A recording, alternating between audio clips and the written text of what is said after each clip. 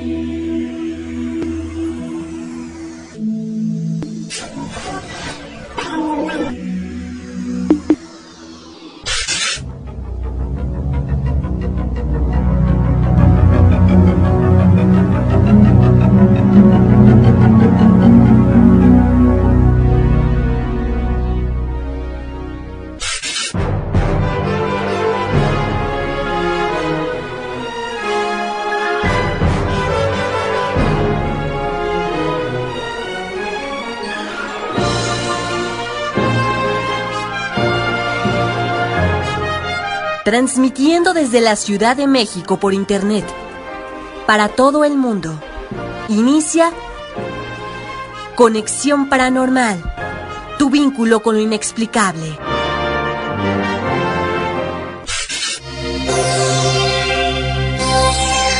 Conexión Paranormal.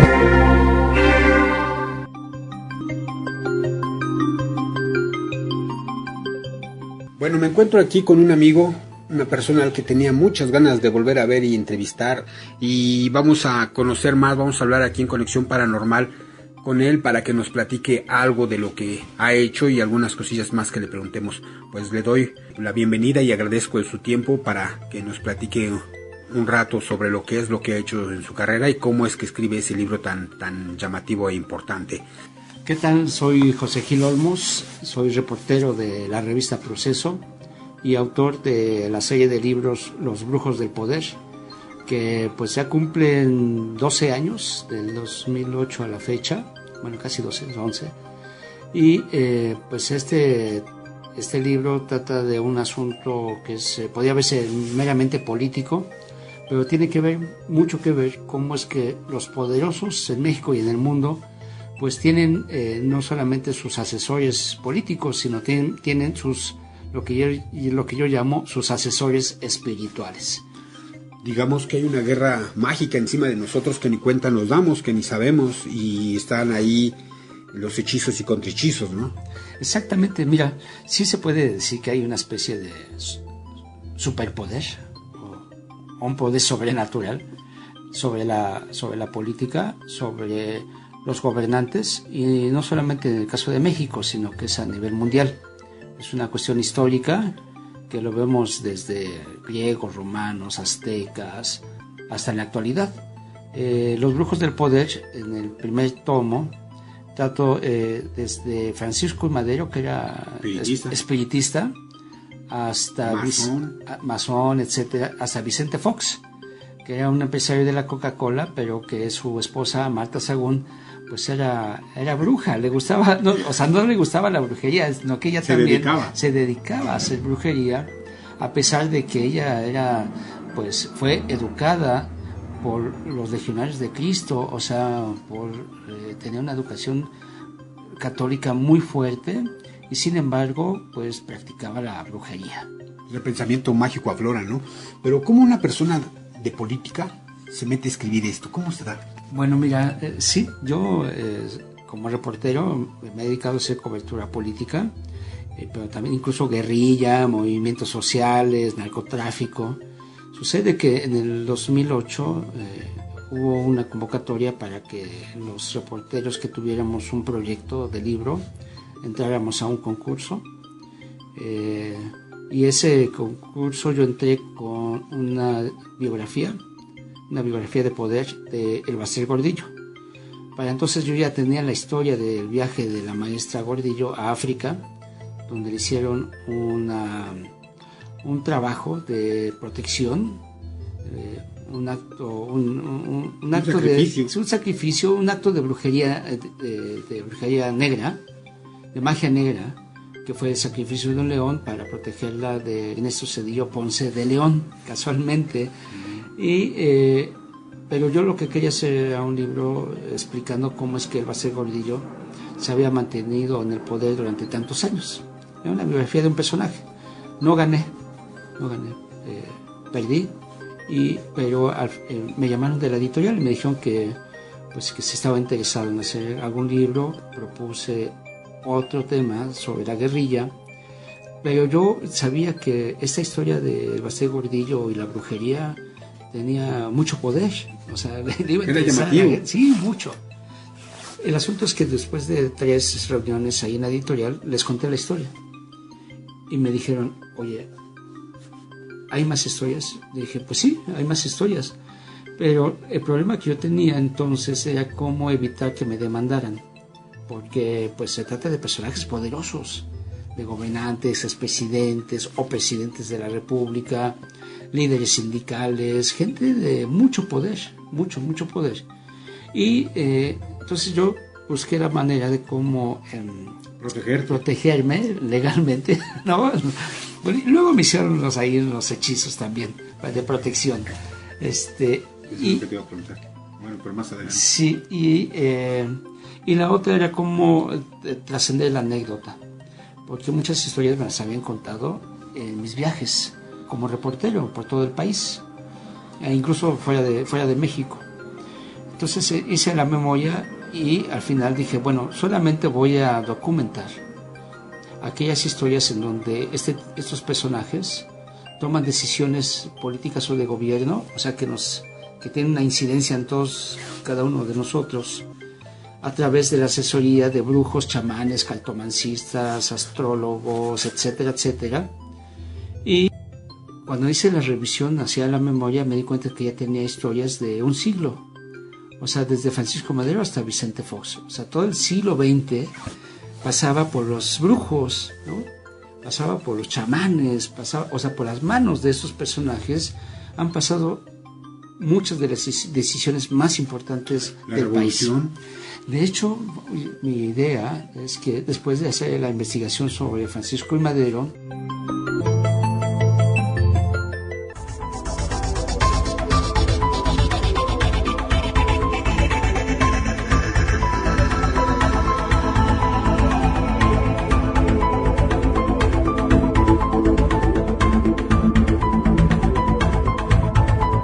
existe un lugar a orillas del mágico centro histórico de la Ciudad de México, en donde fueron depositados los restos de importantes personajes que movieron al país. Se dice que ellos fueron masones, y que con sus actos y decisiones guiaron las directrices de nuestro México de aquellos años. Además, ahí hay evidencia de la presencia del más allá. Espíritus o almas en pena que aún se dejan ver, señalando y mostrando claves ocultas en torno a este sitio.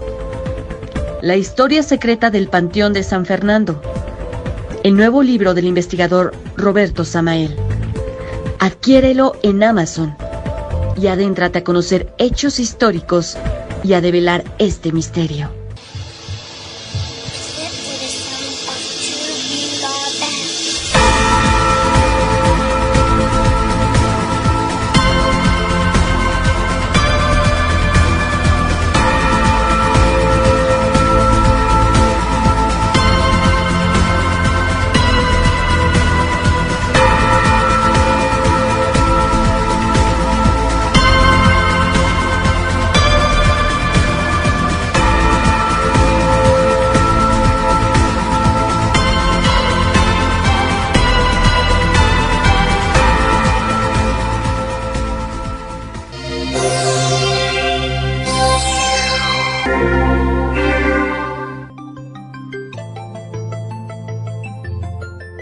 Muchas de las decisiones más importantes del país. De hecho, mi idea es que después de hacer la investigación sobre Francisco I. Madero, incluso con sus propias cartas que él escribió a mano, me di cuenta de que pues, él era el apóstol, le decían el apóstol de la democracia, y muchas de sus decisiones basadas en el espiritismo incidieron en la propia Revolución Mexicana. O sea, la Revolución Mexicana tiene una, digamos, una influencia del más allá. ¿Sí? No, eso es cierto. Porque, de alguna manera, estos espíritus que se comunicaban con Francisco Madero le decían qué hacer. Y en ese qué hacer, pues, Francisco Madero, ya siendo el primer presidente democrático de México, a principios del siglo XX, pues tomaba esas decisiones con base en lo que decían los espíritus. Y entonces la Revolución Mexicana sí tiene una influencia. Los historiadores van a decir que esto es una locura, ¿no? Pero, sí, pero a mí me parece que los hechos hablan por sí mismos. Entonces es así como empecé yo a hacer este libro, y un libro que me marcó de una manera pues determinante, porque entendí que detrás del poder público, del poder político, detrás de las acciones de muchos de los gobernantes, está este otro mundo, este mundo mágico, este mundo esotérico, que tiene tanto peso como el mundo real. También mucha superstición, ¿no? Porque, mira, Moctezuma Xocoyotzin dejó entrar a Cortés porque pensaba que era Quetzalcóatl, que ya le habían predicho todas esas cuestiones. También era un tlatoani muy sugestionable, muy metido en estas cosas, y también ahí hubo... Sí, de hecho, si revisamos la historia de México, ¿no?, encontramos este tipo de casos. Si revisamos la historia mundial, Adolfo Hitler tenía sus chamanes. No, y ahí hubo una guerra muy poderosa.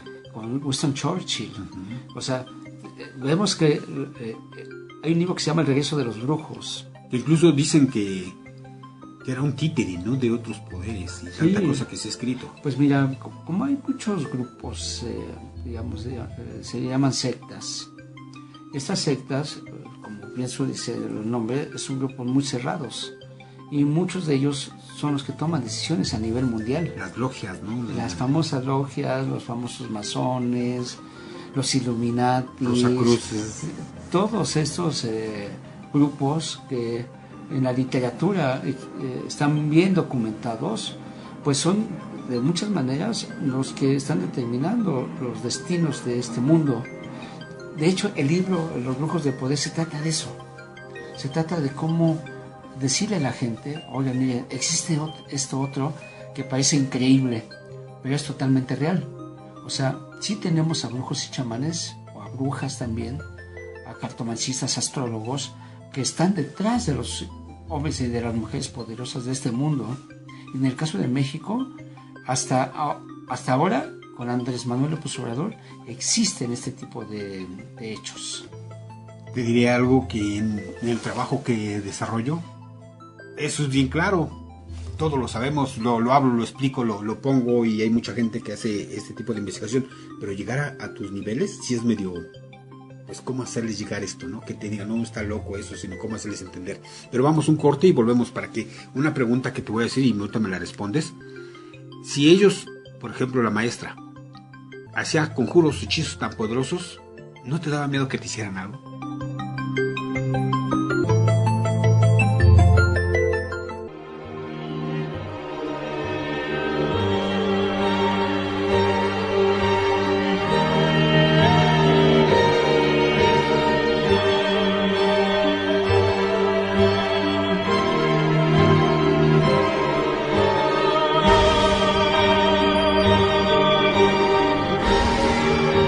Sobre los duendes, se dicen cosas tan increíbles como que viven en el plano físico y el astral, trabajan el suelo y las raíces de los árboles, dándoles poder para crecer. Hacen sus casas en troncos viejos, tienen apariencia de viejitos y son misteriosos. El tiempo que pasan en este plano lo hacen alejados del hombre, ya que no les resulta fácil adaptarse a la frecuencia que nosotros manejamos. Pero, ¿esto es cierto? Adéntrate a conocer casos con evidencia fotográfica de forma seria y directa. Conoce más sobre estos seres y su interacción con los humanos con el libro Duendes, nuestros vecinos secretos, del investigador Roberto Samael. Conoce más sobre el mundo férico.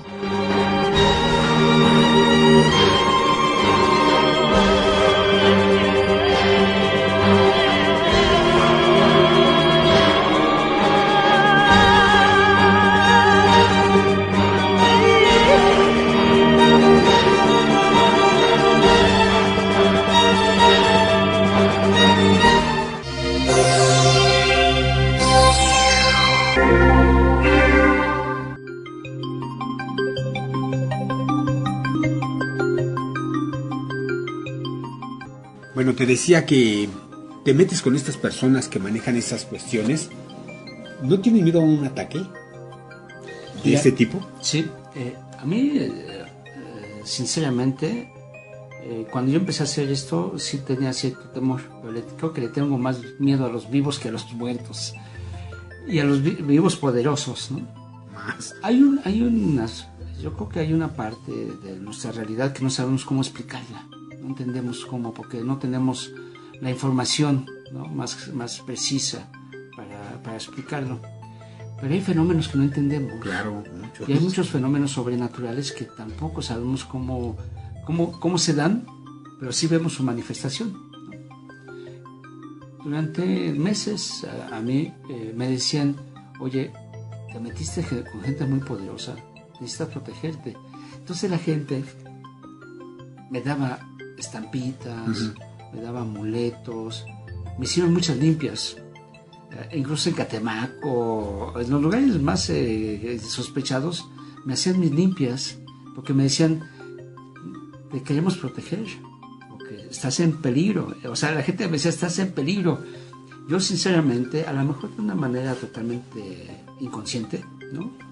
Yo decía, pues sí, igual y sí. O sea, ¿por qué? Porque es gente poderosa y no quiere que se sepan este tipo de historias, ¿no? Pero, en un mecanismo de protección, yo puse como una barrera. Dije, hay cosas que no sé lo que son, pero sí las voy a describir. No voy a ser irrespetuoso. O sea, yo respeto las creencias de la gente y tampoco voy a enjuiciar porque yo no soy ningún juez, ¿no? Simple y sencillamente actué como reportero, manteniendo una cierta distancia. No es el periodismo no es objetivo, es subjetivo totalmente. Somos sujetos, ¿no? Entonces lo que yo hice fue mantener un cierto escepticismo que me ayudó como a abordar estos temas sin tener el miedo que me hubiera paralizado. Si yo hubiera abierto tantito así la puerta del miedo, me paralizaba. Te voy a confesar una cosa, mira. Te digo que presentaba los libros y me decían, fíjate cada vez que vas a salir de tu casa, pues encuentras algo extraño. Le decía, ¿cómo qué? Pues animales muertos, algún líquido, objetos extraños. Y pues yo salía de mi casa, de un departamento, y veía, ¿no? Y no, pues no veía nada, ¿no? Un día soñé, cuando escribí el libro, cuando terminé ya se publicó, mi madre murió. Y mi madre y yo nos decíamos muchachito y muchachita, ¿no? Entonces yo veía a mi mamá, en mi sueño, que se acercaba y me decía, ¿qué es eso, muchachito? Y yo en mi mano tenía la figura del muñequito de vudú, que está en la portada del libro, con sus alfileres. Entonces yo tenía esa figura, ese muñeco de vudú en mi mano, y pensaba, así textual, en mi sueño yo pensaba, esta pinche vieja me quiere chingar. Yo pensaba en el Astrid Gordillo, porque era como que la más poderosa que yo veía, ¿no? Sí. Y entonces se acercaba mi madre y me decía, ya estaba muerta, y me decía, ¿y eso qué es, muchachito? ¿Para qué sirve? Entonces yo le veía el muñeco y le daba vueltas en mis manos y le decía, no sé, muchachita, no sé para qué sirve. Fíjate que me lo mandaron, pero no sé para qué. Me decía, a ver, préstamelo. Entonces yo se lo daba, lo agarraba en sus manos, lo volteaba al revés y al derecho, le daba las vueltas y me dijo, esto no sirve para nada, muchachito, déjamelo, me lo llevo. Se daba la media vuelta y se iba. Yo no sé si fue este acto sobrenatural de protección del ser más querido que yo tenía. Yo no sé si fue este mecanismo mental que dices en tus sueños, ¿no?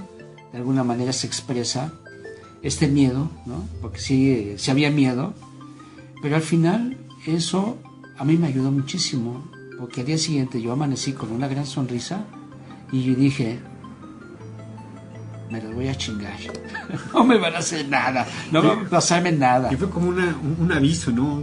Delante. Yo creo que fue como una especie de aviso que te decía esto al principio. Hay cosas que no se explica uno, hay cosas... ¿Y por qué llega ese sueño en ese momento y todo lo que te describe, absolutamente, ¿no?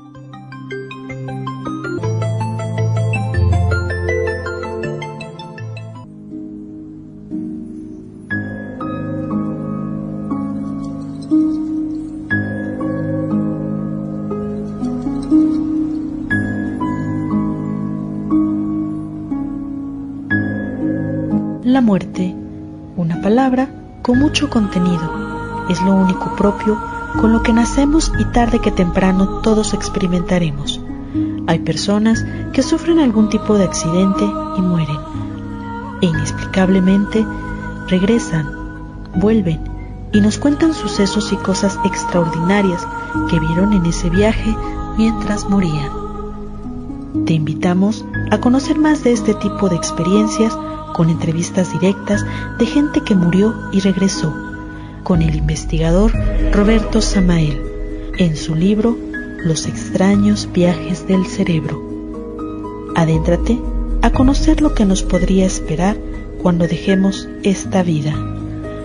Adquiérelo en Amazon.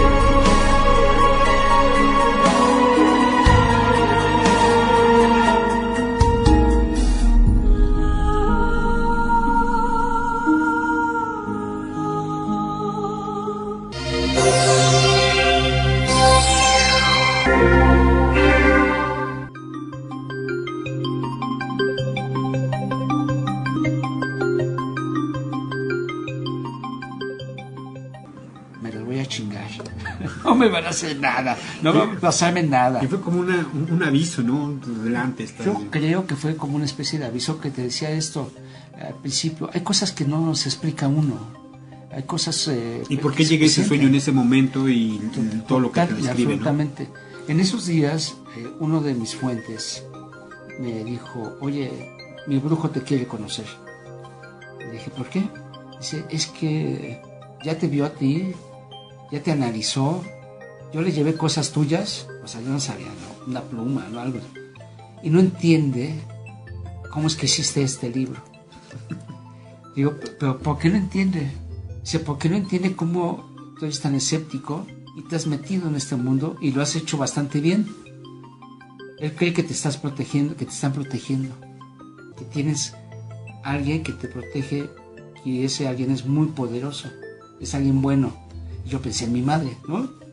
Nuestra madre siempre nos está protegiendo, ¿no? Su bendición. Entonces le dije a este amigo, le dije, oye, no, pues no, la verdad es que no me interesa, ¿no?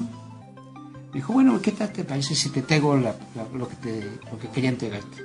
Entonces me entregó una pirámide de cuarzo con florecitas, están unas imágenes adentro, y me dijo, solamente tú la puedes tocar, ponla en el lugar más, donde estás más seguido, ¿no? Y dije, híjole, si la traigo aquí a la redacción me van a decir que, ¿no? Que ya desvarias. ¿Qué me está pasando, no? No, me la llevé a mi casa y la puse a un lado de mi cabecera, de la cama. Ahí estaba. Ahí, y durante mucho tiempo ahí estuvo, hasta que me cambié y ya no supe realmente dónde quedó. A lo que voy es a esto, como persona, ¿no? Más allá de reportero, investigador, etcétera, pues sí tiene ciertos miedos, claro, ¿no? Ciertos temores, pero creo que en la vida precisamente se trata de eso, de superar esos miedos y temores para hacer algo para lo cual a lo mejor estabas destinado. A lo mejor mi destino, ¿no?, era escribir este libro.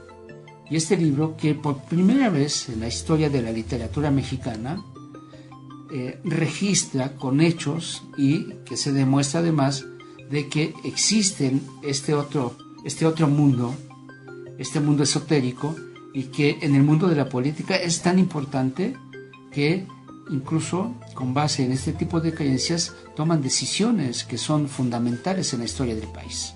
Mueven el país. ¿Qué religión tienes? ¿O qué creencias tienes? Mira, por familia era origen católica, ¿no? Pues después leyendo a Carlos Marx, pues se me acabó. se me acabó esa creencia. Sí. En la universidad te transformas, sí, de alguna manera te transformas y dejas de creer en esa parte sobrenatural, digamos, ¿no? Religiosa, mágica, etcétera. Y ya después lo ves de una manera totalmente distinta, ¿no?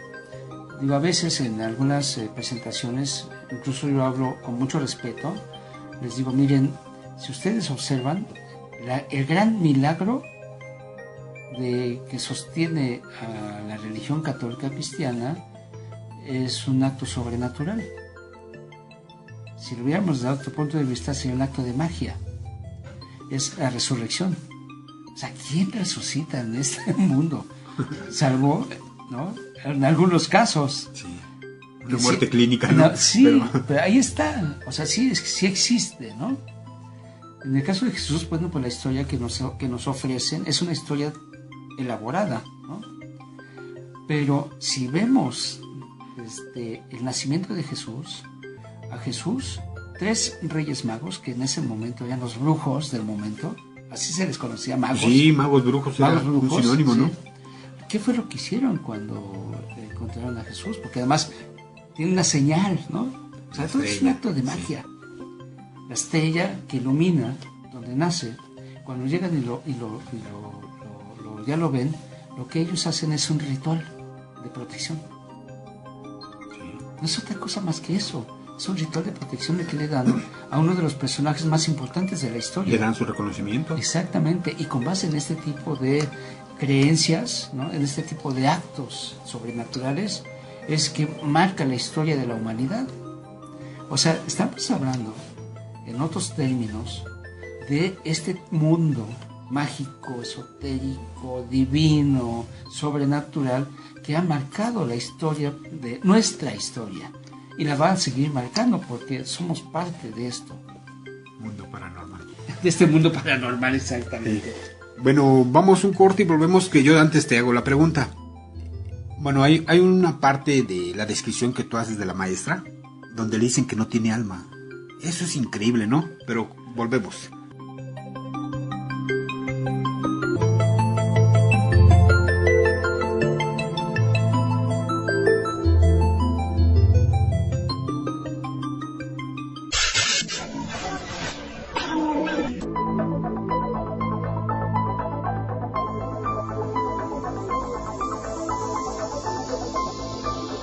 Estás en Conexión Paranormal. Escríbenos a conexiónparanormal@hotmail.com o visítanos en www.cparanormal.blogspot.com. ¡Te esperamos!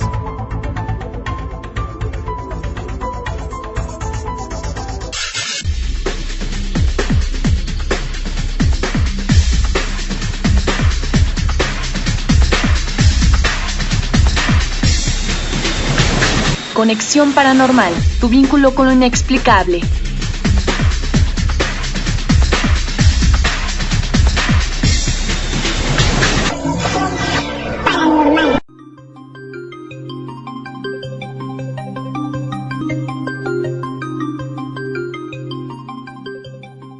Pues estamos aquí platicando sobre los brujos del poder y esta pregunta tan interesante que te digo, por lo que se dice en tu libro, que pues los invitamos a leerlo, está interesantísimo. Además creo es los otros dos vienen aquí, ¿no? O algo así como una nueva edición. Es una nueva edición donde lo que yo hago es rescato los dos primeros libros de Los Brujos 1 y Los Brujos 2. Les doy un orden cronológico, un orden de importancia, y le dedico un capítulo más amplio a la parte internacional. ¿Por qué? Porque lo que yo observé en esta investigación es que este tipo de hechos, porque son hechos, no son fenómenos, son hechos, estos tipos de hechos forman parte de la historia de la humanidad y además no tienen nada que ver con países subdesarrollados como México, que así nos catalogan muchas veces, ¿no? François Mitterrand, el presidente de Francia, cuando estaba la guerra del Golfo Pérsico, él tenía a una asesora espiritual, una astróloga, Elisabeth Tessier. Elisabeth Tessier le había dado consultas durante 5 años a François Mitterrand. Y cuando está esta guerra, la guerra del Golfo Pérsico, Francia estaba dudando si le entraba o no le entraba a esa guerra. Y Estados Unidos lo estaba presionando. Entonces, ¿qué fue lo que hizo Mitterrand? Mitterrand, presidente socialista, Le decían el presidente fiorentino porque hizo muchísima obra de arte en París. Bueno, con este perfil, pues lo que hizo François Mitterrand era consultarle a Elisabeth Tessier si entraba o no entraba. Cuando se supo esto en Francia, muchos franceses, que muchos de ellos son muy racionales, dijeron, no es cierto, eso no existe, ¿no? Es una broma. Pues esta señora, Elisabeth Tessier, lo que hizo fue publicar todos los audios, porque además lo había grabado, de las consultas que le había hecho François Mitterrand en 5 años. Y además ella se tituló con su doctorado en la Sorbona sobre el poder de la astrología. O sea, estamos hablando de cosas mucho más serias. Bueno, en esos mismos instantes, del otro lado del Atlántico, en la Casa Blanca, en Washington, Ronald Reagan, hacía exactamente lo mismo. Nancy Reagan, su esposa, le puso a un equipo de astrólogos. Pues estamos hablando del presidente del país más poderoso de este mundo. Y le puso a un equipo de astrólogos y tenían un calendario donde señalaba los días en los que podía tomar o no decisiones. O sea, estamos hablando de gente muy poderosa.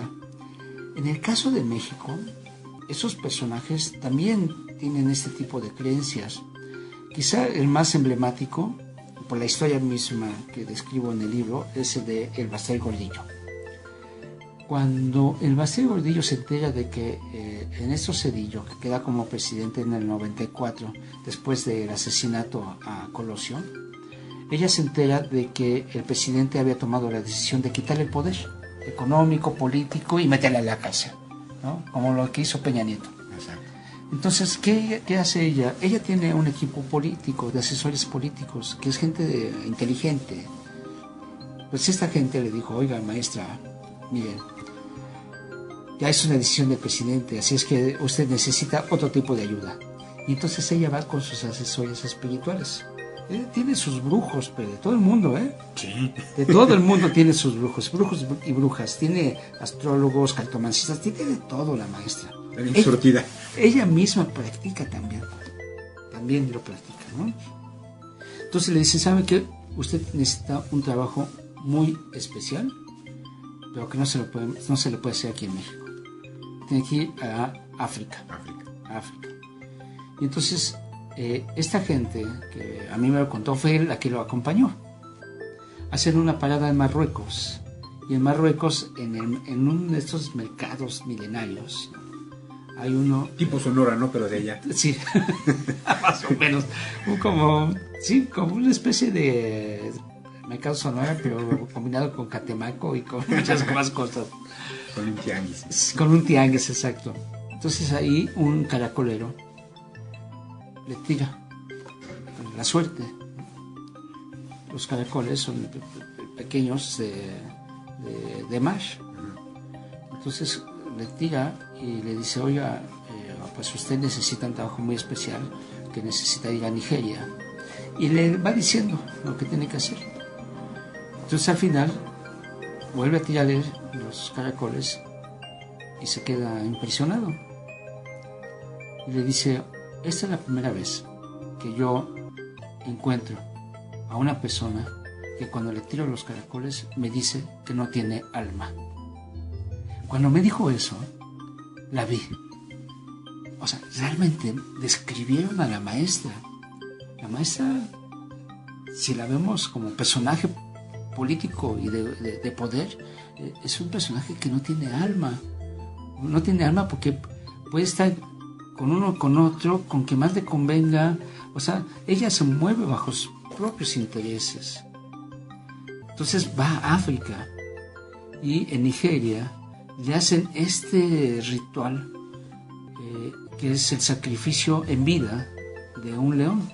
Cuando ella llega a esta comunidad a través de un traductor, le pregunta que qué quiere. Entonces ella les explica que el presidente pues había tomado la decisión de quitarle todo el poder y meterla a la cárcel. Entonces le dicen, oiga, ¿cuántos años tiene el jefe de su tribu? O sea, nuestro presidente, ¿no? Dice, no, pues tiene tanta edad, ¿no? ¿Y de qué color tienen los ojos? Pues los tiene cafés.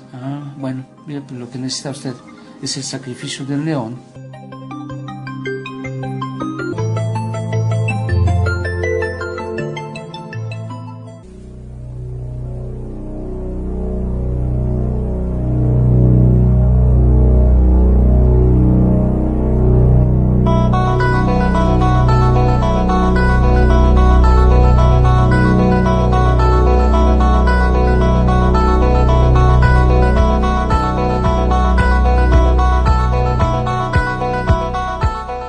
Después de más de 2 décadas indagando sobre las otras realidades, el investigador Roberto Samael nos presenta su nuevo libro, De lo extraterrestre a lo paranormal. En este libro podrá usted conocer sucesos increíbles e investigaciones propias, casos seleccionados que además contienen mucha historia. Te invitamos a conocer ese mundo extraño, el de las otras realidades, de forma seria y objetiva. Adquiérelo en Amazon.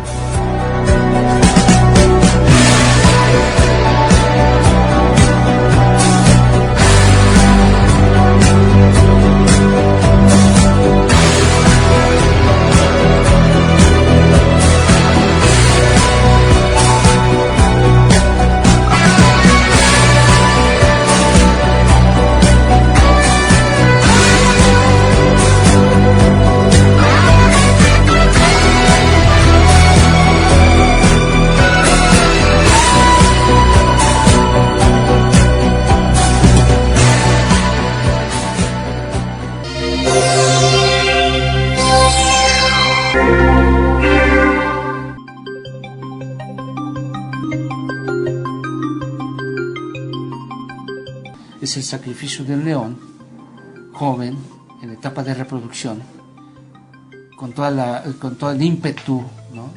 de su edad, y lo que vamos a hacer es quitarle la piel en vida para que todavía la piel tenga esa energía de protección, y se la vamos a poner. Entonces téngase usted una foto de su jefe. Entonces ella ya llevaba, ¿no?, las fotos, y lo que me cuentan es que la ponen en una choza, y ahí a un lado de la choza sacrifican al león. O sea, no lo matan, sino que lo torturan para que tenga mucho coraje, y cuando le quitan la piel, y con esa piel la envuelven a ella con la foto de Ernesto Zedillo Ponce, de león. Y cuando está en eso, le hacen todo el ritual de protección con las entrañas del animal, con las pezuñas del animal, con los testículos del animal, y le ponen figuras en la piel con esa sangre, con esa tierra, con ese barro, ¿no?, lleno de vísceras y de sangre y de rabia, ¿no?, del animal. En un momento determinado, según me cuenta este personaje que la acompañó, ella se comienza a rezar, se espanta, quién sabe qué veía, ¿no? Se espanta, ¿sí? Se espanta, comienza a rezar, y el brujo le da un golpe y le dice que no haga eso, ¿no?, porque si no, entonces no va a funcionar. Y cuando ya ella entra como una especie de trance, como que se desmaya, y después de un par de horas ya termina todo el ritual. Ella está llena de ese barro, de esa sangre, de esas figuras que tiene todo su cuerpo, y se los quiere quitar. Le dicen que no se lo quite, porque todos esos símbolos van a ser la protección y tienen que ser asimilados por su cuerpo. Entonces que no se los deje, que se van a desaparecer solos. Y entonces le dicen ya que tiene que pagar, ¿no? El precio son $45,000, y estamos hablando de 1994-95. Le dicen, pero ¿sabe qué, señora? Que este no es el precio que va a pagar. Usted va a perder a un ser querido. Ese es el precio real. O sea, hubo un precio físico y uno espiritual. Y uno espiritual. El físico fueron los 45,000, y el espiritual era la pérdida de un ser querido. Cuando termina todo eso, lo que me cuenta este personaje es que la maestra recibe una llamada por teléfono, que traían un teléfono satelital, y era de Presidencia de México. El presidente Ernesto Zedillo quería hablar con ella, quería negociar. Comenzaba a operar, ¿no? Regresa a México, y al poco tiempo muere de una manera trágica y accidental uno de sus nietos más queridos. Ahí está el pago, ¿no? Ahí está el pago.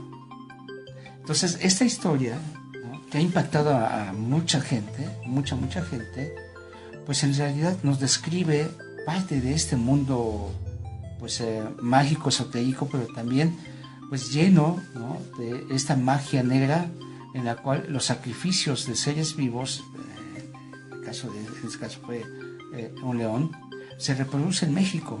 No hay leones, bueno, sí hay leones, pero no hacen eso, ¿no? A mí me contaron la historia de Beatriz Paredes, la que fue expresidenta del PRI, la que fue, ahorita es senadora, creo. Ella fue gobernadora de Tlaxcala. Es la que traía siempre vestidos así huipiles, como un huipil, ¿no?, que todavía está ahí operando. Pues ella fue a Catemaco a que le hicieran un ritual de magia negra, y el ritual de magia negra fue un sacrificio de un animal, y lo que le dieron es que ella quería salvar el momento tan crítico que estaba viviendo, y quería regresar al poder, y mira dónde está ahora. Fíjate, yo tengo oportunidad de ver a amigos santeros, curanderos, sacrifican gallos, lo más, cabras, chivitos, pero no, eso ya está. No, es mucho más. Sí. Lo que hay en México ahora es mucho la santería. Santeros. Pero la santería, si lo tomamos en cuenta en su origen, no es otra cosa más que una religión nueva, que es un sincretismo entre los yoruba africanos con la católica. O sea, cada santo virgen de la iglesia, de la religión católica, tiene su par, de Yoruba. Entonces, esto nace en Cuba. Entonces, los santeros, los originales, digamos, no tienen esta parte maligna que se les ha dado. Pero yo creo que en México ya han tenido un desarrollo distinto y ya tienen otro tipo de carácter. Santero era Fidel Castro, el presidente de la Revolución Cubana, el presidente del socialismo americano, pues también tenía esta otra vida, digamos, ¿no? Este poder sobrenatural. Hay un libro de un francés, Ramonet, que dice que Fidel Castro tuvo creo que fueron 1200 atentados de muerte, y de todos se salvó.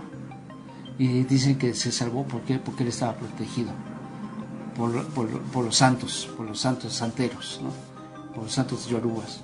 Y él era parte de esto. Hay una historia ahí muy extraordinaria, ¿no? Oye, entonces podemos pensar que aquel mandatario político que dura mucho y que su proceder no es muy limpio y no lo pueden tirar, ¿puede haber mano negra ahí? Sí, yo creo que hay mano negra. Mágica, sí, sobrenatural. Son estas cosas que todavía no entendemos. Mira, si lo ponemos en términos así estrictos, hemos avanzado en la tecnología mucho. Ya tenemos lo que llama la nanotecnología, que son pequeñitos robots que nos incrustan en el cuerpo para atacar el cáncer, etcétera, etcétera. Tienes tu teléfono celular y puedes hablar en este mismo momento a cualquier parte del mundo.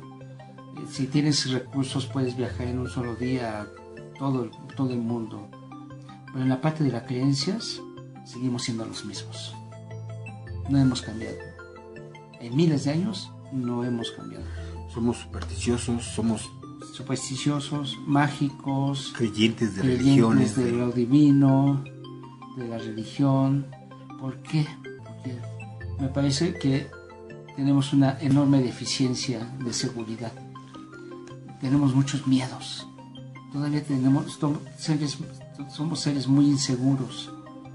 A lo mejor el hombre se da cuenta que está solo, que tiene que pegarse a alguien, una religión, inventar sus santos, no sé, pegarse a estas cosas mágicas, darles vida. Totalmente. Yo creo que mi punto de vista es que en la parte de la religión somos los hombres los que hemos creado a nuestros dioses, no al revés. No es que los dioses los hayan creado a su imagen. Lo que te digo, una necesidad mágica que tenemos. Hay una necesidad incluso de enfrentar lo que no sabemos. Claro. O sea, remóntate hace millones de años y para explicarnos un trueno decían que era un dios. Exacto. Entonces hay muchas cosas pero que también se han satanizado.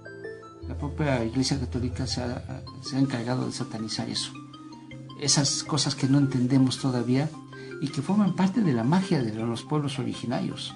O sea, todavía tenemos este mundo de la magia, y este mundo de la magia en los poderosos sigue siendo fundamental.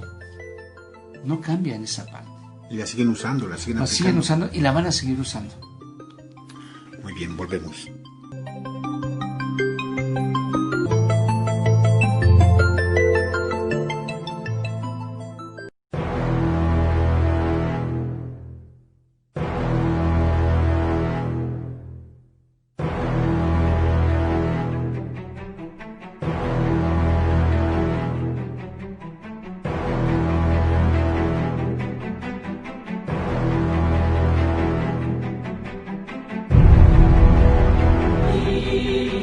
Si tú crees que tienes un caso que podríamos presentar en Conexión Paranormal, y si quieres comentarnos algo o ver las investigaciones que tenemos, puedes escribirnos a conexionparanormal@hotmail.com o visita nuestro blog en www.cparanormal.blogspot.mx o búscanos en la red como Roberto Samael. Ahí aparecerán nuestros enlaces. Pero no te confundas, hay muchos que nos siguen el paso pero difícilmente serán como nosotros. Contáctanos y cuéntanos tu caso.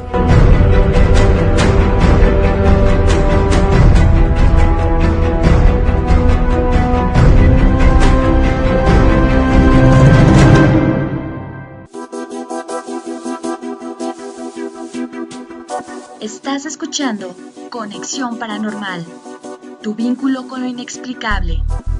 Regresamos.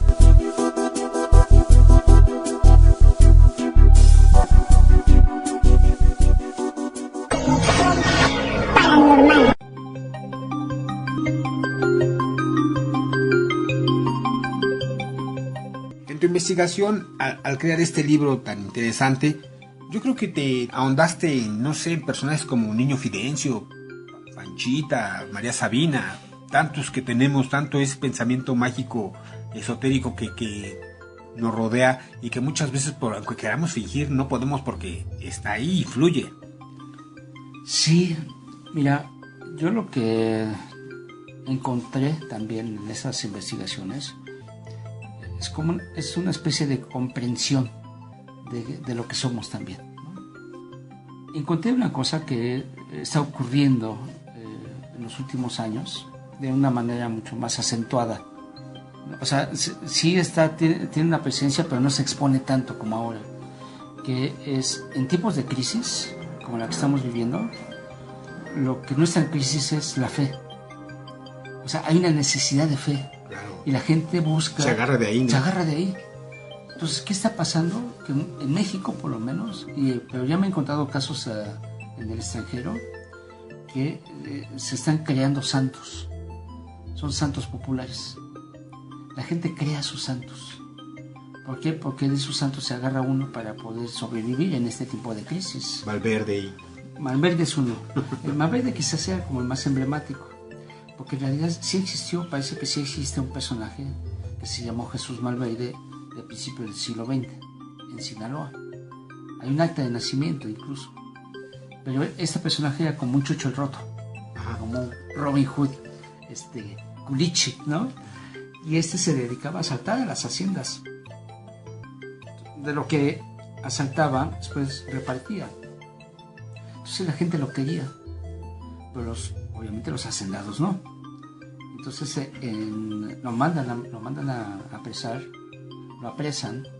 Ya estamos hablando de los años 30, ¿no? 40, y lo apresan y lo cuelgan en la plaza principal de Culiacán.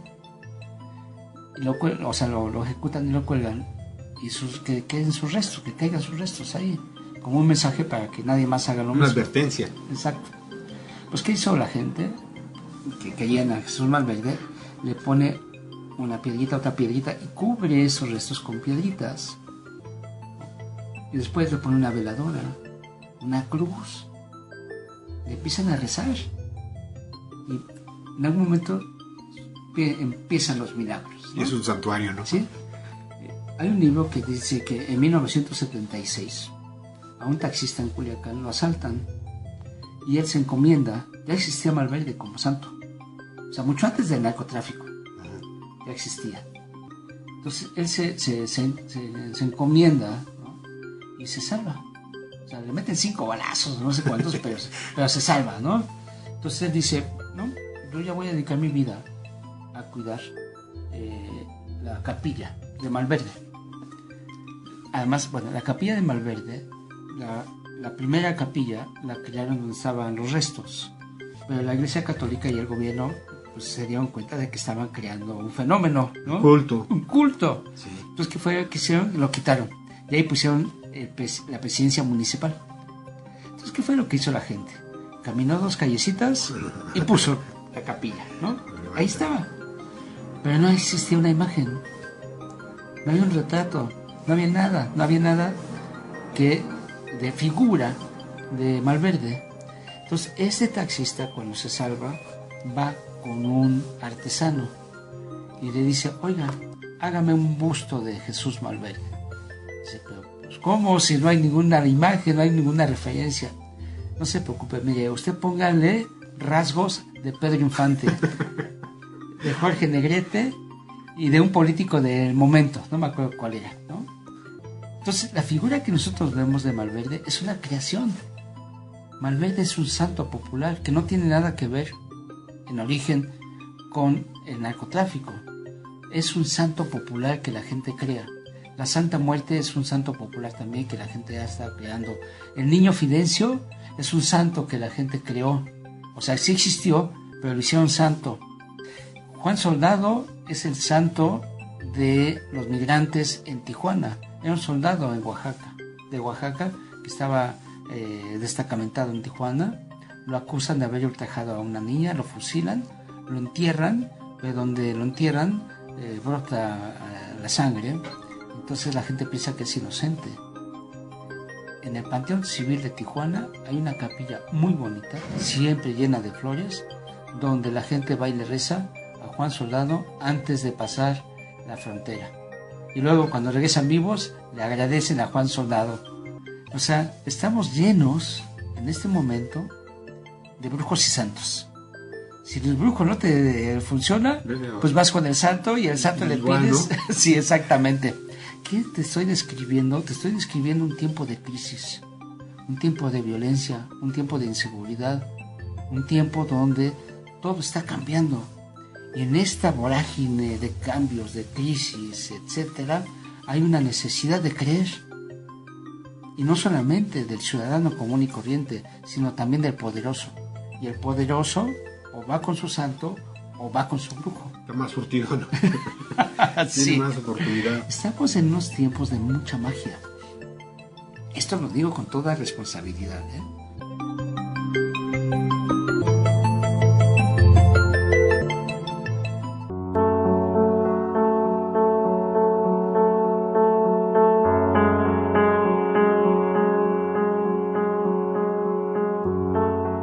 Desde los antiguos mexicas hasta nuestros días, el centro histórico de la Ciudad de México guarda un sinfín de historias, leyendas, sucesos, arquitectura muy interesante que siguen ahí y nos invitan a conocerlo. Descubre más de sus misterios y construcciones con el nuevo libro del mágico centro histórico de México Tenochtitlán del investigador Roberto Samael. Adquiérelo en Amazon.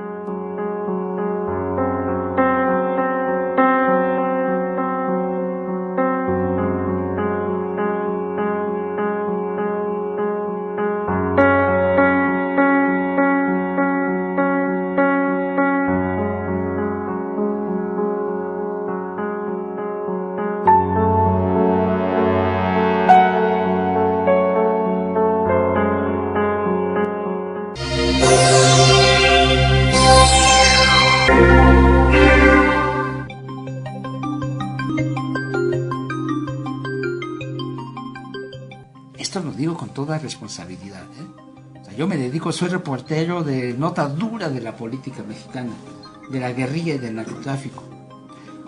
Pero la gente tiene una enorme necesidad. Nada más para que veas, en estos tiempos hay un santo narco, ¿eh? Los caballeros templarios, hasta su nombre lo dice, ¿no? Nazario Moreno, que era uno de los líderes, supuestamente había muerto en el 2011 en un enfrentamiento. Felipe Calderón, el presidente, dijo que él estaba muerto, pero no murió en ese enfrentamiento, sino que se salva y se va a la montaña. Nazario era muy creyente de Jesús como personaje, pero también de Che Guevara y de Mahoma, y de todos esos grandes personajes de la historia. Entonces él se hace santo. Él solito era un santo vivo. Hasta que lo mataron realmente en el 2014. Pero había un culto. Se hace leyenda. A Nazario Moreno. O sea, el crimen organizado en México tenía ya su propio santo. O sea, a eso voy. Que en este tiempo que estamos viviendo es un tiempo de mucha magia, de mucha necesidad de creer, de mucha fe. Según yo, el pasado 2 de julio, cuando gana Andrés Manuel López Obrador, con 30 millones de votos, muchos de esos votos fueron un acto de fe. Un acto de fe de que las cosas cambiaran. Es un acto de esperanza, un acto de magia. Recordarás qué fue lo que hizo Andrés Manuel ese día. Hizo dos actos, dos ceremonias. La primera en el Congreso. Hizo la ceremonia constitucional. Le ponen la banda, le dan los símbolos, oficial, ¿no? Los símbolos del poder, se los dan. Sale de ahí, se va al Zócalo y hace el ritual de magia. En el Zócalo. En el Zócalo, el ombligo del país, donde está concentrado todo, se supone que está concentrada toda la fuerza mágica de este país. El ombligo de la luna. El ombligo de la luna. Ahí Andrés Manuel hace el ritual y le dan el báculo de poder. Andrés Manuel tiene esta parte también muy mágica. De donde él también se da mucho, ¿no? Muchísimo. Pero también se da la otra parte, porque te recordarás, en Tabasco hubo todo un grupo que le llamaban las camisas negras, que quemaban las iglesias, las cerraban. O sea, otra vez, este retorno de los brujos, esto que me decías al principio, hay una guerra de brujos y nada más estamos viendo sus manifestaciones, porque los brujos poderosos no los vemos. Ahorita mencionaste este libro tan famoso de Jan Bergin, y luego es El retorno de los brujos. El retorno de los brujos es eso, nada más que con sus características después de miles de años, ¿no? El fenómeno se adecua. Sí, el brujo se adecua. El brujo ahora usa computadora, usa teléfono, o sea, está usando también la tecnología, pero detrás de ese uso de la tecnología está la magia, esta otra realidad, este otro mundo esotérico en el cual brujos, chamanes, cartomancistas, etcétera, son los que controlan y dominan. Y dentro de esto llegan los brujos del poder. Está también esas creencias suaves, ¿no? El Feng Shui, el Reiki. Todas esas forman parte también de actos de fe. O sea, puede ser hasta fifí, ¿no? Sí. Pero son actos de fe. O sea, la magia en estos momentos está teniendo un enorme peso. Y tiene un enorme peso la magia porque al final, la magia está sustentada en actos de fe y de creencias. En actos de fe que ellos los llaman egrégoras, pensamientos que mueven montañas. Totalmente. Y lo vemos en todo el mundo, ¿eh? Claro. En este libro de los brujos del poder meto la historia de la reina Sofía de España, que es sumamente creyente de todo este mundo esotérico. Meto a Franco, el religioso, el católico, el conservador, el dictador. Ese también tenía una parte mágica.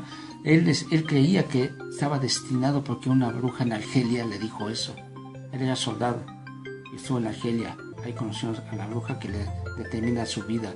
Está la esposa de Daniel Ortega en Nicaragua, que es sumamente esotérica. Está Castro, Evo Morales, está Menem de Argentina, está Reagan, está Hitler, está Churchill, están todos los grandes personajes de la historia mundial tienen esta otra parte mágica. Y en esta otra parte mágica evidentemente están los brujos. Muy bien, vamos a un corte.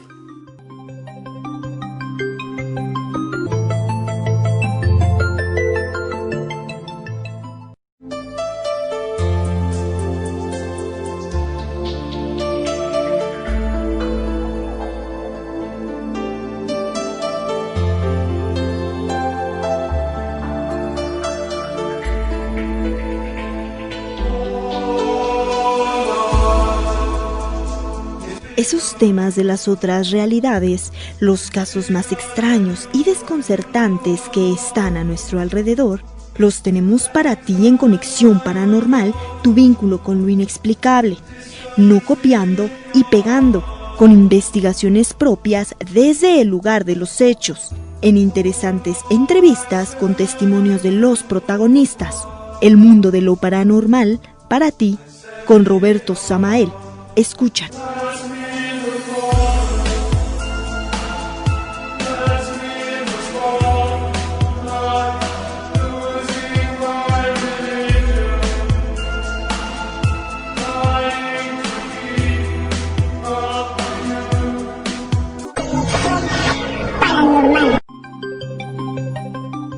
tienes otro libro también interesante, pero relacionado a los santos.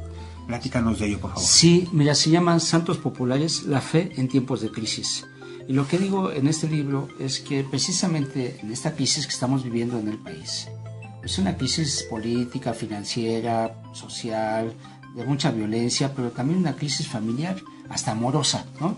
Ahí andamos medio mal en el amor, ¿no? Sí. Entonces, lo que está pasando en este momento ocurrió de forma similar hace un siglo, cuando fue la Revolución Mexicana, que comenzó la gente a crear sus propios santos. En la Revolución estaban, de ahí viene el Niño Fidencio, la Santa Niña de Cabora, no me acuerdo exactamente, hay otros santos más. Bueno, ahorita hay por lo menos una docena de santos populares. ¿Qué significan? Que la gente los crea. O sea, no están buscando el reconocimiento de la Iglesia Católica ni el reconocimiento del gobierno, porque también el gobierno reconoce, ¿no?, a través de las asociaciones religiosas que están inscritas, están registradas, sino que son un acto de fe. Entonces, en este libro lo que yo explico es que esta crisis ha sido generada por una serie de acciones de gobierno y políticas. Y la gente le está pidiendo a los santos populares como Malverde, la Santa Muerte, Emiliano Zapata, Pancho Villa, Benito Juárez, ya son santos, ¿no? ¿Cómo se llama? A Juan Soldado, a Juan del Jarro, o sea, todos estos santos le piden, fíjate, le piden lo que es un derecho. En una misa de Santa Muerte asiste el joven que acaba de salir de la universidad y le pide a la Santa Muerte que le ayude a encontrar un empleo. Está el otro joven que quiere estudiar y le pide a la Santa Muerte que le ayude para entrar a alguna escuela. Está la familia, porque van familias, y la señora le pide que por favor esa semana le ayude a que su gasto le dure. El señor le pide encontrar un empleo. Pero está también el policía, que le pide a la Santa Muerte que lo proteja de los delincuentes. Pero está el delincuente también, y el narco, que le pide que le ayude, que le proteja del policía y del soldado. O sea, todos le están pidiendo a la Santa Muerte favores. ¿Cuáles son estos favores? Le piden salud, le piden casa, le piden justicia, le piden seguridad, le piden bienestar social, le piden mejor economía. Hasta el amor. Sí, hasta el amor. O sea, todos estos son derechos que la Constitución tiene como una garantía para todos los mexicanos y no la tenemos. Entonces la gente se está volcando, y son millones, la gente, millones de mexicanos se están volcando hacia estos santos populares. Entonces el libro, ahí narro, primero es todo este fenómeno y después me voy con cada una de las historias de estos personajes. Y a la gente le cuento esas historias. Oye, ¿y este libro cómo lo consigue la gente? Mira, está ocurriendo una cosa pues lamentable. ¿Por qué? Porque las editoriales, las grandes editoriales, lo que hacen es que cuando ya no se vende un libro, se los regresan y los tienen almacenados durante muy poco tiempo. Después de ese poco tiempo, los destruyen. O sea, porque ya no se van a otros mercados. Ya no se van a la venta de libros baratos. A ellos no les interesa vender libros baratos. En lugar de tenerlos y venderlos y de decirle a la gente, pues órale, ¿no? Te cuestan 10 pesos, ¿no? Los destruyen. Entonces a mí como autor, cuando me avisaron de que los iban a destruir, me ofrecieron un buen lote de libros para que los comprara. Y yo saqué de mis ahorros y los compré. Entonces lo que voy a hacer es donarlos a las universidades, a las escuelas. ¿Para qué? Para que lo lean.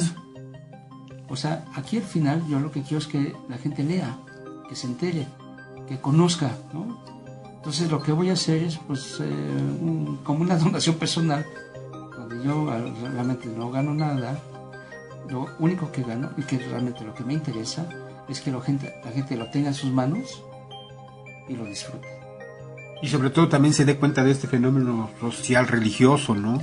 Es un fenómeno que no tienes idea de cómo está volcado. ¿Por qué? Porque el Estado tampoco le interesa terminarlo, ¿eh? ¿Sabes por qué? Esa es mi interpretación política, porque de esto no puedo dejar. Porque al Estado le beneficia más tener a millones de personas, millones de mexicanos, rezándole a un santo popular, pidiéndole este tipo de favores, Que a ellos, ¿no? que saliendo a las calles a protestar, a exigir lo que la Constitución Por derecho toca. exactamente, lo que la Constitución nos da. Entonces, este libro explica muy bien este fenómeno que está ocurriendo, y es un fenómeno que ya ocurrió hace un siglo. Hace un siglo estábamos nuevamente en crisis, las instituciones estaban en crisis, las personas estaban en crisis. Hoy nuevamente tenemos una crisis muy fuerte. Instituciones, autoridades, personajes, la familia, los amigos, todos estamos en una crisis. Entonces, ¿qué es lo que hacemos? Muchos mexicanos, millones, se están yendo por la fe. En tiempos de crisis, lo que no está en crisis es la fe. ¿De por qué? Porque queremos agarrarnos de algo, un asidero. Vamos un corte y volvemos.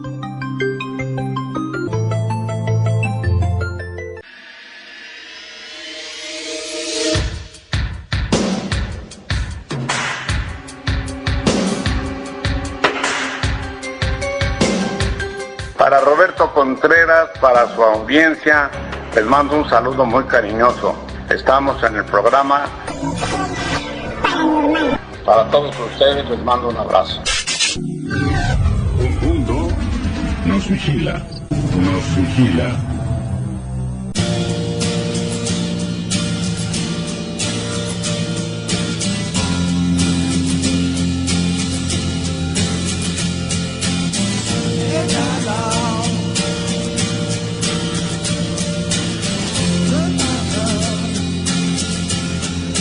Durante la noche del 14 de febrero del año 2000, en la Ciudad de México, un objeto volador no identificado sobrevoló una de las urbes más grandes del mundo y bajó en una vocacional de la delegación Azcapotzalco. Evidencia, aceptación por parte de las autoridades oficiales, la presencia de un extraño ser, efectos colaterales y muchos testigos dejó este suceso, que lo convierte en uno de los más interesantes y relevantes en la historia ovnística de nuestro país. El OVNI del 14 de febrero del año 2000. Adéntrate a conocer este acontecimiento a través de las indagaciones directas del investigador Roberto Samael. Adquiérelo en Amazon.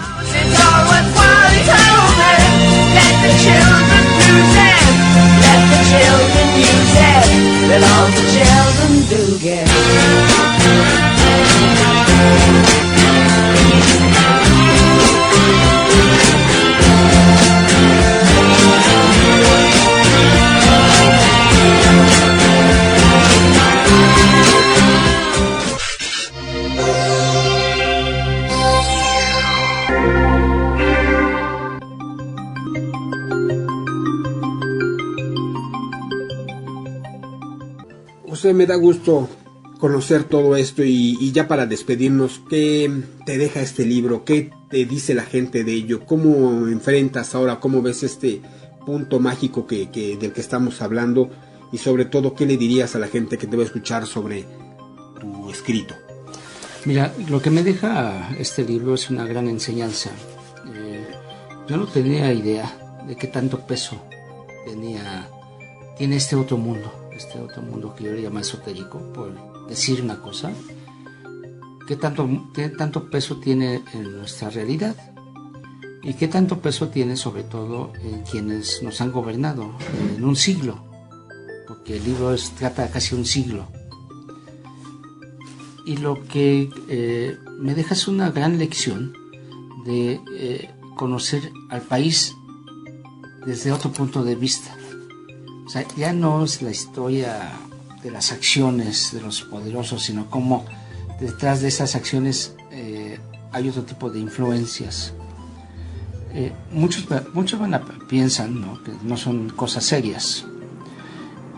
Y es cuando yo digo, es que muchas cosas de lo que están ocurriendo no son necesariamente, no necesariamente pueden ser abordadas desde los esquemas de pensamiento que tenemos. Tenemos que abrirnos más para poder entenderlos. Entonces me enseña, lo que me queda es que se amplía mi visión de la comprensión del mundo y va mucho más allá de lo que observamos, sino que hay otra cosa también detrás de la puerta. Están ocurriendo cosas que nos determinan las acciones. Lo que le diría a la gente, o lo que le digo a la gente, es que este libro está hecho para ellos, está hecho para que la gente lo lea. ¿Qué es lo que nos gusta? A nosotros nos gusta que nos cuenten las historias. Entonces está hecho de esa manera, como a la vieja usanza de contarte una historia. Más ahora, ¿no?, que ya la gente casi no lee, sí. Sería ideal. Es ideal porque además son pequeñas historias que te van atrapando una con otra. No es una historia larga, no, son historias pequeñas que tú las puedes dejar de leer hoy y las puedes retomar dentro de una semana y no pasa nada. ¿Por qué? Porque forma parte de un tema que es mucho más amplio. ¿Qué le digo a la gente? Que lo lea porque también se va a informar de quiénes son los que nos gobiernan. ¿En qué manos está? ¿En qué manos estamos exactamente? ¿En qué manos hemos estado durante un siglo? Y comprenderán muchas cosas. Yo creo que igualmente al final van a comprender que detrás de estos poderosos hay otros personajes que en los pueblos y en las comunidades han existido durante mucho tiempo y que además, ¿sabes qué? Creo que al final este libro es una reivindicación. O sea, se está reivindicando el papel que han tenido estos personajes que por muchas razones han sido ocultados de la historia oficial. Es eso lo que yo digo. Muy, muy interesante. ¿Tu libro fue un bestseller? El libro fue un bestseller. ¿Qué se siente tener un bestseller? Realmente no se siente mucho, ¿no? Porque hay dos cosas a mí que realmente me llenaron de orgullo, ¿no? Una, evidentemente, fue que se vendió y se leyó mucho. Pero estas dos cosas son así muy simples. Una es que se hizo pirata. Lo piratearon. Como siempre. Cuando un libro lo hacen piratas porque a la gente le interesa. Sí. Porque si quieren leerlo, si quieren tenerlo, si quieren comprarlo. Y si la editorial lo vende en 200 pesos, en pirata te lo van a vender en 100 o menos. Entonces es mucho más accesible. Creo que ese es un reconocimiento para el autor, ¿eh? La piratería, en este sentido, ¿no? Sí. O sea, sí siento que nos daña, porque yo recibo menos dinero, la editorial pero también. Llegó a más gente. Pero llegó mucha más gente. El segundo fue que una vez aquí estando en la revista, una señora, una anciana casi, que hacía la limpieza, llegó con la recepcionista a mi lugar y me dijo que quería hablar conmigo. Entonces yo pensé que iba a ser una denuncia, porque normalmente hacemos eso, ¿no? Recibimos a la gente para que denuncie ciertas cosas. Y no, la señora llegó para decirme, oiga, quiero felicitarlo. Leí su libro. Me gustó muchísimo. Quiero tener más libros. ¿Usted ha escrito más? Le dije, sí, señora. Dije, pues, véndamelos. Le dije, no, a usted no se los voy a vender, se los voy a regalar. Le regalé el segundo y a la semana llegó y me dijo, ya lo terminé. Le di otro y así. Lo que la señora me dijo al final es que ella era una señora que hacía el aseo, que ella tenía su biblioteca y que esa biblioteca era la herencia para sus nietas y que cada vez que sus nietas iban a su casa les decía, miren, estos son los libros, estos libros van a ser para ustedes, cuídenlos. Y dentro de esos libros estaba el mío, o los míos. O sea, qué mayor reconocimiento, es como mi Pulitzer. No, pues sí. Es mi Pulitzer. O sea, todos queremos, los que dedicamos a escribir, queremos que la gente nos lea. Esa es nuestra gran meta, ese es el objetivo general. Realmente eso es lo que queremos. Entonces, cuando tienes esa oportunidad de ver que la gente se está leyendo. Yo vi a gente que iba en el metro, iba en el microbús, en los autobuses, o sea, yo las veía leyendo mi libro. Cuando yo encontré el pirata, fue en un mercado, en un tianguis. Estaba un muchachito con libros ahí y estaba el mío. Y entonces le dije, oye, fíjate que quiero comprar un libro para regalar, pero no sé cuál, ¿tú cuál me recomiendas? Y agarró el mío. Me dijo, este es muy bueno. Ah, sí, ¿de qué se trata? Y me dijo exactamente de lo que se trataba. Yo me sentí orgulloso por las dos cosas, porque lo había leído y porque lo estaba vendiendo a un precio mucho más accesible a la gente. Ese es realmente mi gran logro de estos libros. Sí, uno ahí se reconoce. Te reconoces en el origen, ¿no? Última pregunta. Sí. ¿A qué le tienes más miedo? ¿A que cuando escribes de política alguien se enoje y trate de reclamarte? ¿O cuando escribes de brujería pase algo así? Yo le tengo más miedo cuando escribo de política y narco. O sea, eso sí les tengo miedo. Tengo muchísimo miedo, sobre todo cuando son políticos metidos en el narco o narcopolíticos, porque esos no se miden en su maldad. O sea, tienen una mente ya totalmente retorcida, que no les importa desaparecerte, pero antes de desaparecerte te someten a las torturas más infrahumanas que tú te puedas imaginar. Eso sí, esos son a los demonios a los cuales yo sí les tengo muchísimo miedo. Son demonios. No son brujos, son demonios. A eso sí les tengo mucho miedo. ¿Ya estarás siguiendo por Tulio? Sí. Pues muchas gracias, te agradezco mucho y fue un placer platicar contigo. Al contrario. Gracias.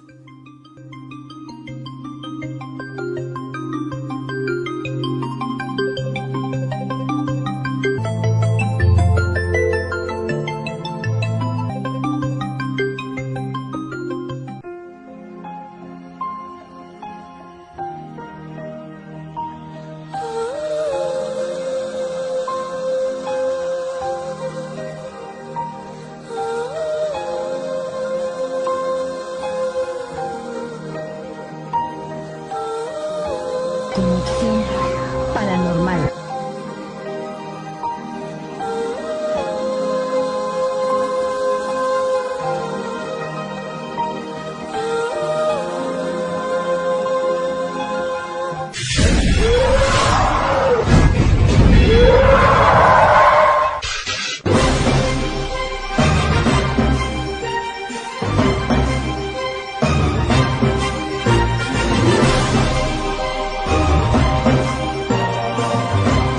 Para ti que te gustan los sucesos inexplicables, tú que buscas información sobre otras realidades y que quieres saber más sobre duendes, fantasmas, exorcismos, seres extraños, brujas y sobre el fenómeno OVNI y sus enigmáticos ocupantes, acompáñanos a ver y escuchar información directa con evidencia actual sobre estos enigmas y muchos sucesos más que nos rodean.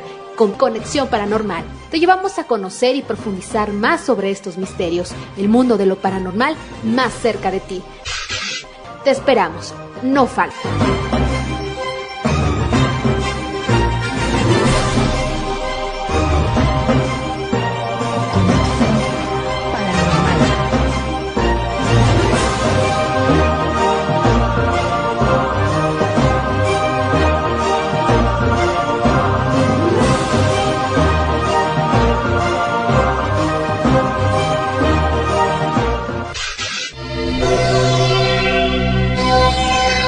Conexión paranormal.